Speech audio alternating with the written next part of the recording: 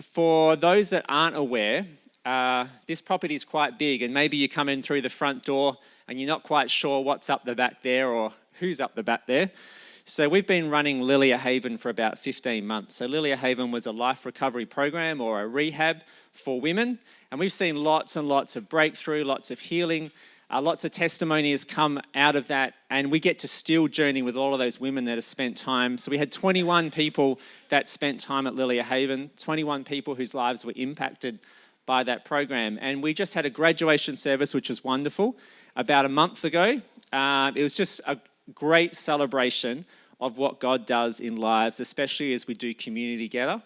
Amy was leading that. It was a wonderful time, lots of great staff as part of that. And so as we graduated that last group, we thought we're always reevaluating our community program. So we also, if you're not familiar, we have the crew in Rockingham, which does homeless and emergency relief. We feed it now around 650 to 700 people a week. Demand is huge down there, and it's just a great blessing that we get to serve those people down there. And so we're always evaluating, what are we doing? Is this effective? Is this where God wants us right now? And as we graduated that last group of women, we again looked at it. Is this what we're doing? Is this where God's leading us? And we found, we started researching through different agencies. We've got lots of great agency connections, researching through Entry Point and Crisis Care, saying, well, what's the current needs? And is the rehab where God wants us right now? And we found the Lord just directing us into transitional accommodation. And so as part of that, I would like to welcome up our new director, Jenny Vandersan.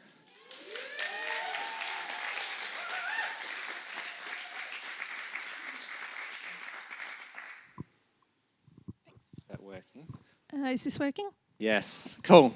All right, so I'm just going to interview Jenny because I would love for you to get to know her. And we're going to share, as we were looking at, well, it's interesting that everyone was talking about what the most vulnerable demographic is. And so it makes sense if there's a vulnerable demographic, there would be services for them. But as we research, there's hardly any services available for the most vulnerable demographic. And so that's where we're heading. And so I'm going to interview Jenny, and you'll find out where we're going. Hey, Jenny. Hi, Greg. I've known Jenny for, must be nearly 10 years now. Yeah, yes. Jenny is incredible. And I'm sure if you don't know her, you'll get to know her more. Can you tell me a bit about yourself and what your passions are? Okay, so Move over this way a little bit.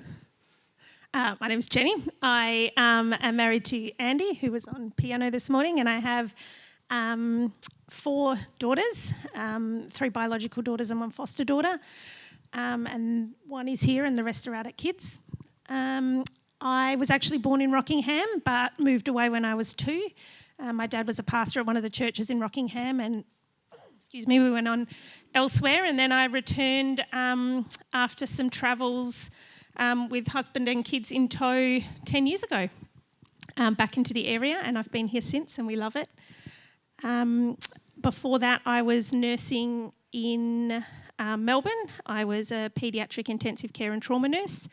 But when I moved over here, the specialty was a very long way away from Rockingham, and so we put that side of our life behind us and moved into fostering, which I have really loved, and it's been a bit of a passion of mine, and growing in that social space where I really find that fostering is a necessity, but a lot of the times it's not a necessity. If we could support these women, I believe that there are a lot of kids in the system that don't need to be there, that if we just gathered around and created family around a lot of these parents, mums and dads, that there could be a lot of kids that were redeemed in their families, and then we could have a relationship with those families as well. So that's been my passion for a number of years now, women and children and families, and really supporting mums to really love motherhood.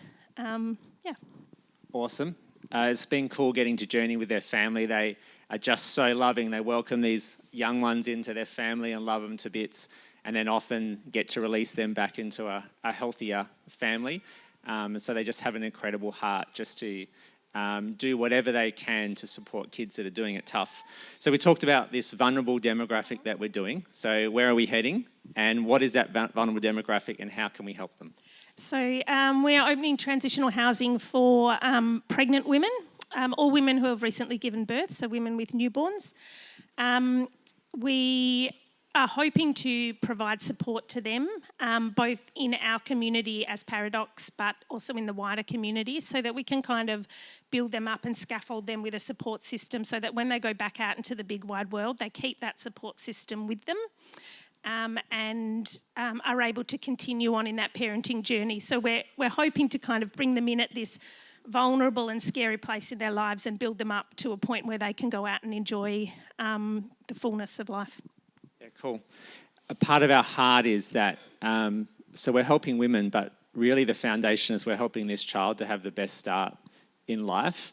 If you think of the most vulnerable, it's that child that's in the womb or the child that's just been born. So really, it just reframed my thinking. I was originally thinking we're just going after these women that are in a difficult circumstance and an important time in their life, but deep down, it's actually the child that we care even more so about. As Jenny's seen through foster care, giving that child the best start in life is the most important.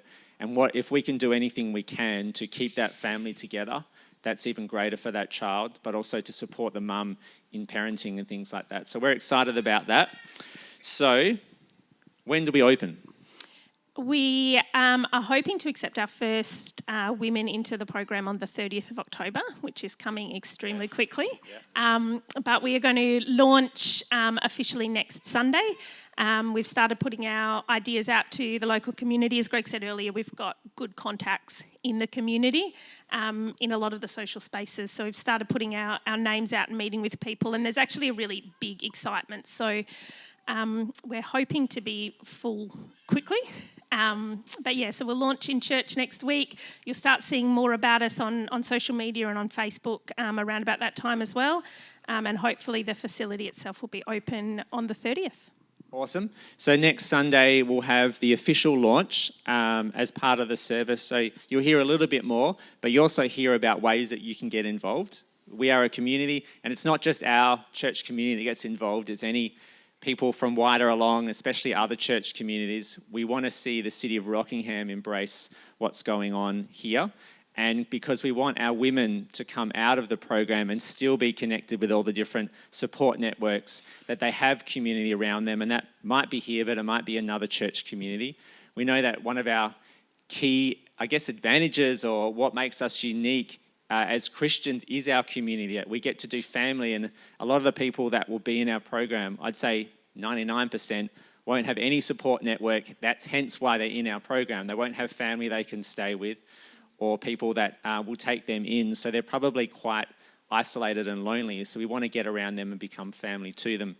So next week we'll also have tours. So if you haven't been through after the service next week, we're going to take tours up, and we'll have food afterwards as well, after the service. Can I just add, even if you have been through, it looks a lot different now to what it did previously. Yeah. And Kev is amazing. He has re-renovated Liliah for, the second time in 2 years? Yeah. Yeah, so even if you have been through, come up and have another look through. There's been doors knocked through walls, and yeah, it's going to look a little bit different to what it did previously. That's great. So how can people help? Obviously, we're talking about volunteering next week. Mm-hmm. What's one way they can help in the next couple of weeks? Okay, so next Saturday we're having a busy bee. I think it's 8 till 12. Yeah. So if you're available next Saturday, we'd love if you could come and help us out. There'll be lots of things to do, anything between, handyman work, heavy lifting, to just sorting through things, folding sheets, making beds, a whole lot of things, making cots, cleaning the cots, because some of them have been in storage for a little while. So bring your kids along as well. There'll be things for the kids to help with as well. If you are free on Saturday, that would be great. If you are not free on Saturday and you would still love to help, we would love you to just let us know, and we can, give you some sheets to wash at home, or little bits and pieces to do. You can pop into the property and do some things in the meantime. If you're available anytime this week, There's also on the Paradox Facebook page, if you're on the Facebook page, there's a list of items that we need.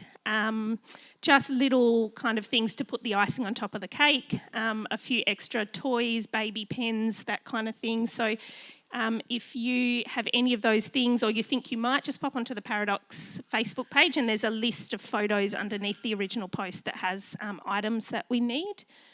And then, we'll have a list of opportunities to actually volunteer in the ongoing program coming up next week. Yep, cool. Thank you, Jenny. Cool. That's Thank awesome. you.